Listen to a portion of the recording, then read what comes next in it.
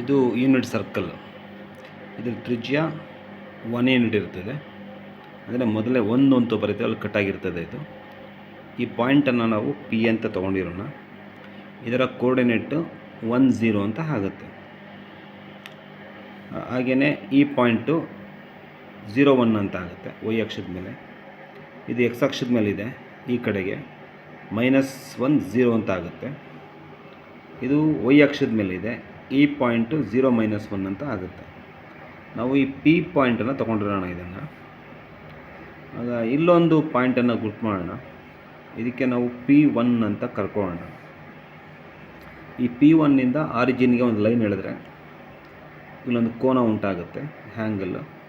ಅದನ್ನು ಎಕ್ಸ್ ಅಂತ ಇಟ್ಕೊಂಡ್ರೆ ಈ ಪಾಯಿಂಟನ್ನು ನಾವು cosx sinx ಅಂತ ಬರೀಬೋದು.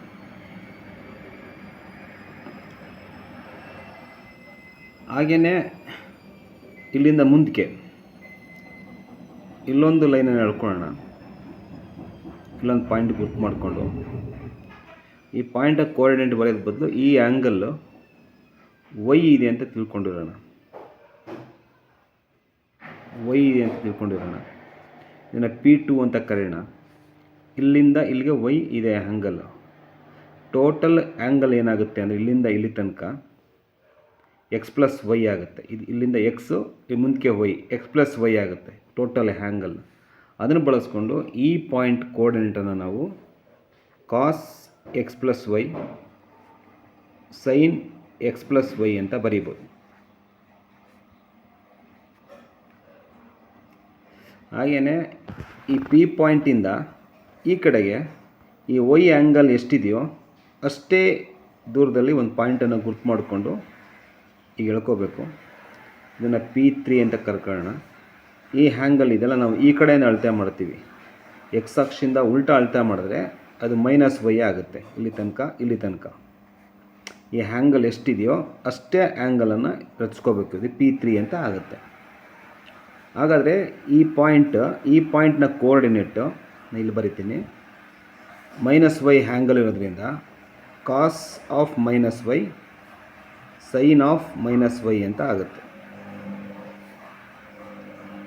ಅಂದರೆ ಇದನ್ನು ನಾವು ಹಿಂಗೆ ಮಾಡ್ಕೋಬೋದು. cos ಆಫ್ -y ಅಂದರೆ cos y ಆಗುತ್ತೆ. sin ಆಫ್ -y ಅಂದರೆ -sin y ಅಂತ ಆಗುತ್ತೆ. ಈ point cos y sin y ಅಂತ ಆಗುತ್ತೆ. ಅಂದರೆ cos ಆಫ್ -y ನಾವು cos y ಅಂತ ಬರೀತೀವಿ. sin ಆಫ್ -y ಅನ್ನು ನಾವು -sin y ಅಂತ ಬರೀತೀವಿ. ಇದೊಂದು ಫಾರ್ಮುಲಾ. ಈ ಫಾರ್ಮುಲಾವನ್ನು ನೀವು ಕಲ್ತ್ಕೊಂಡಿರೋ ಅಂತ ತಿಳ್ಕೊಂಡಿರ್ತೀನಿ. ಇವಾಗ P1ನಿಂದ P3ಗೆ ಒಂದು ಲೈನನ್ನು ಎಳಿಬೇಕು. ಹಾಗೆಯೇ P2ಇಂದ Pಗೆ ಒಂದು ಲೈನನ್ನು ಎಳಿಬೇಕು. ಈಗ ನಿಮಗೆ 2 ಟ್ರಯಾಂಗಲ್ ಸಿಗುತ್ತೆ. ಒಂದು O P1 P3 ಒಂದೇ ಟ್ರಯಾಂಗಲ್ಲು O P1 P3. ಇನ್ನೊಂದು triangle O P2 P. Triangle O P2 P. ಇವೆರಡೂ ಟ್ರಯಾಂಗಲ್ಗಳು ಸರ್ವಸಮ ಆಗಿರ್ತವೆ. ಈ ಎರಡೂ ಟ್ರಯಾಂಗಲ್ಲು ಸರ್ವಸಮ ಆಗಿರೋದ್ರಿಂದ ಎಲ್ಲ ಬಾಹುಗಳು ಸಮ ಇರ್ತವೆ. ಈ ಬಾಹು ಸಮ ಇರ್ತದೆ, ಈ ಬಾಹುಗಳು ಇವೆರಡು ಸಮ ಇದೆ, ಮತ್ತು ಇವೆರಡು ಸಮ ಇದೆ. ಇವೆರಡು ಬಾಹುಗಳು ಎಲ್ಲ ಯೂನಿಟ್ ಸರ್ಕಲ್ ಆದ್ದರಿಂದ ಬಾಹುಗಳೆಲ್ಲ ಸಮ ಇರ್ತವೆ, ಕೋನಗಳು ಎಲ್ಲ ಸಮ ಆಗ್ತವೆ. ಹಂಗಾಗಿ ಇವೆರಡೂ ಟ್ರಯಾಂಗಲ್ಸ್ಗಳು ಏನಾಗ್ತದೆ, ಸರ್ವಸಮ ಟ್ರಯಾಂಗಲ್ಸ್ ಆಗ್ತದೆ. ಸರ್ವಸಮ ತ್ರಿಭುಜಗಳು, ಕಂಕರೆಂಟ್ ಟ್ರಯಾಂಗಲ್ಸ್ ಅಂತ ಕರಿತೀವಿ. ಆದ್ದರಿಂದ P1 T3 ಉದ್ದ ಏನಿದೆಯೋ ಅದು P2 P ಉದ್ದಕ್ಕೆ ಸಮ ಆಗುತ್ತೆ. ಎರಡು ಉದ್ದಗಳು ಸಮ ಆಗ್ತವೆ. P1 T3 ಉದ್ದ P2 ಉದ್ದಕ್ಕೆ ಸಮ ಇರ್ತದೆ. ಡಿಸ್ಟೆನ್ಸ್ ಫಾರ್ಮುಲಾವನ್ನು ಬಳಸಿ ಏನು ಮಾಡಬೇಕು ಅಂದರೆ, ಈಗ P1 P3 ಉದ್ದ ಎಷ್ಟಿದೆ ಮತ್ತು P2 P P2 ಎಷ್ಟಿದೆ ಅಂತ ಕಂಡುಹಿಡಿಬೇಕು. P1 P3 ಉದ್ದವನ್ನು ನಮಗೆ ಬೇಕು ಅಂದರೆ ಅದನ್ನ ಸ್ಕ್ವೇರ್ ರೂಟ್ ಆಫ್ ಡಿಸ್ಟೆನ್ಸ್ ಫಾರ್ಮುಲಾವನ್ನು ಬಳಸಿ ನಾವು ಕಂಡುಹಿಡಿಬೇಕು. P1 P3 ಅಂದರೆ ಈ ಪಾಯಿಂಟ್, P1 P3 ಅಂದರೆ ಈ ಪಾಯಿಂಟ್. ಡಿಸ್ಟೆನ್ಸ್ ಫಾರ್ಮುಲಾ ನಿಮ್ಗೆ ಗೊತ್ತಿದೆ, T = square root of x2 - x1 whole square plus y2 - y1 whole square. ಈ ಫಾರ್ಮುಲಾವನ್ನು ಬಳಸಿ ನಾವು ಡಿಸ್ಟೆನ್ಸನ್ನು P1 P3 ಕಂಡುಹಿಡಿಬೋದು. ಇಲ್ಲಿ ಈ ಪಾಯಿಂಟ್ ಇದೆಯಲ್ಲ, ಇದು x1 y1 ಅಂತ ಇಟ್ಕೊಳ್ಳೋಣ. ಈ ಪಾಯಿಂಟನ್ನು x2 y2 ಅಂತ ಇಟ್ಕೊಳ್ಳೋಣ.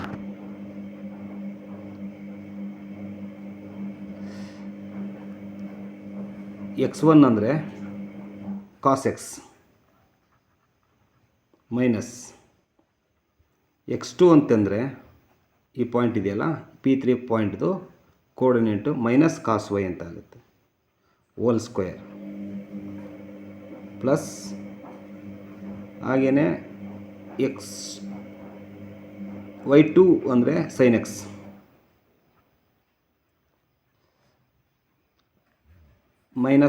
ಮೈನಸ್ y1 ಅಂತಂದರೆ ಮೈನಸ್ ಸೈನ್ ವೈ ಇದೆ, ಮೈನಸ್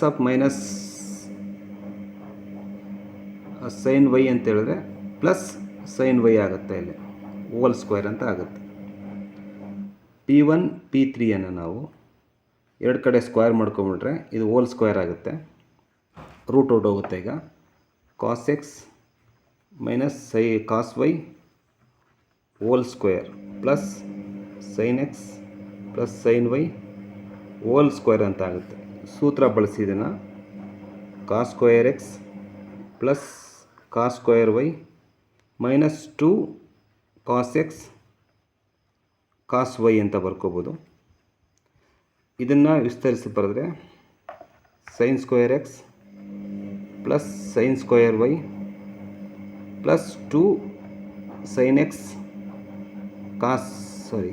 ಸೈನ್ ವೈ ಅಂತ ಬರ್ಕೋಬೋದು. ಇದು ಮತ್ತು ಇದು ನಾವು ಇವೆರಡರ ಬದಲು ಒಂದು sign square x plus cos square x 1 ಅಂತ ಆಗುತ್ತೆ. ಹಾಗೆ cos square y sine square y ಅದ್ರ ಬದಲು 1 ಅಂತ ಬರ್ಕೋಬೋದು. ಮತ್ತು ಇವೆರಡನ್ನು ಹಾಗೆ ಬರ್ಕೊಳ್ಳೋಣ, plus 2 sine x sine y minus 2 cos x cos y ಅಂತ ಆಗುತ್ತೆ. 1 ಮತ್ತು 1 ಕೂಡಿದ್ರೆ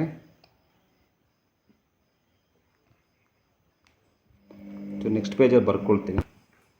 ಈ 1 ಮತ್ತು 1 ಕೂಡಿದ್ರೆ 2 ಆಗುತ್ತೆ, plus 2 sine x cos y sine y minus 2 cos x cos y ಅಂತ ಆಗುತ್ತೆ. ಇದು P1 P3 whole square.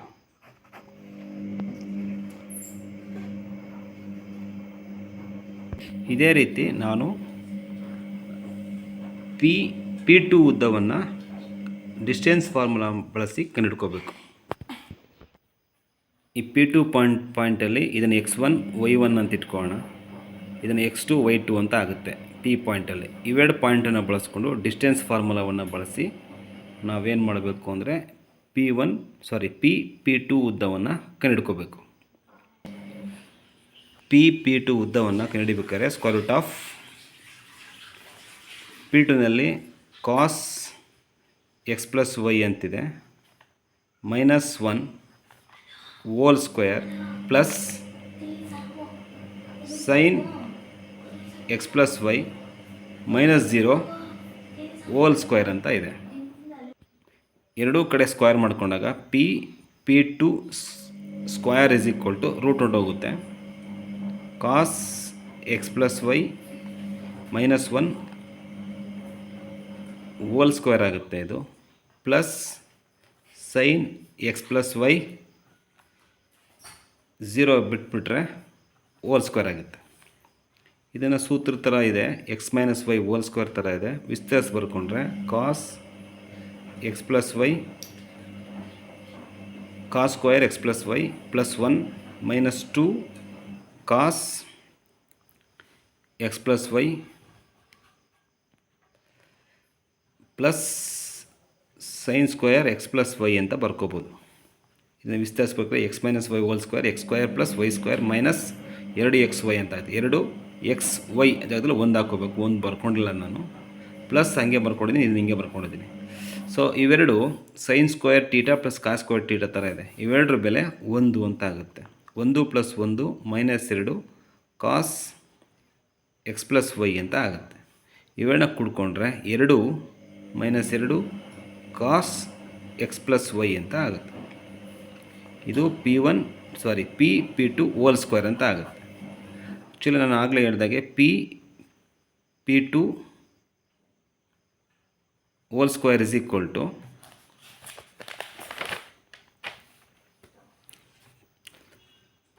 P1 P3 whole ಸ್ಕ್ವೇರ್ಗೆ ಸಮ. P1 P3 ಹೋಲ್ ಸ್ಕ್ವೇರ್ ಸಮ. P2 ಹೋಲ್ ಸ್ಕ್ವೇರ್ ಅಂದರೆ ಇದು 2 minus 2 cos x plus y is equal to P13 whole square ಅಂತಂದರೆ ಇಲ್ಲಿದೆ 2 plus 2 sine x cos x sine x sine y minus 2 cos y ಅಂತಾಗುತ್ತೆ.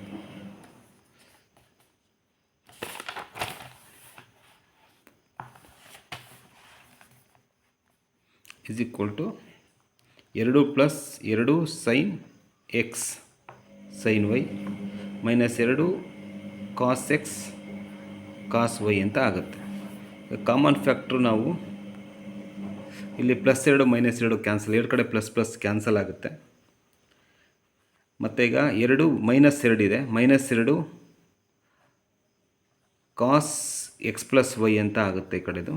Is equal to ಇವೆರಡರಲ್ಲಿ common factor minus 2 ಹೊರಗಡೆ ತೆಗೆದುಬಿಟ್ರೆ plus 2 minus 2 ತೆಗೆದುಬಿಟ್ರೆ ಇಲ್ಲಿ minus 2 ಹೊರಗಡೆ ಬಂದಾಗ ಇದನ್ನೇ first ಬರ್ಕೊಂಡಾಗ ಕಾಸ್ ಎಕ್ಸ್ ಕಾಸ್ ವೈ ಅಂತ ಬರುತ್ತೆ.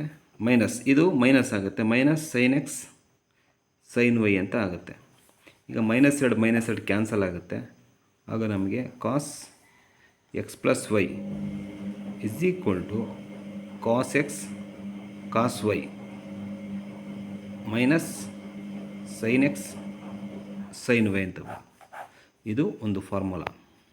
ಈ ಫಾರ್ಮುಲಾವನ್ನು ಬಳಸಿ ಬೇರೆ ಬೇರೆ ಫಾರ್ಮುಲಾಗಳನ್ನು ನಾವು ರೆಡ್ಯೂಸ್ ಮಾಡಬಹುದು.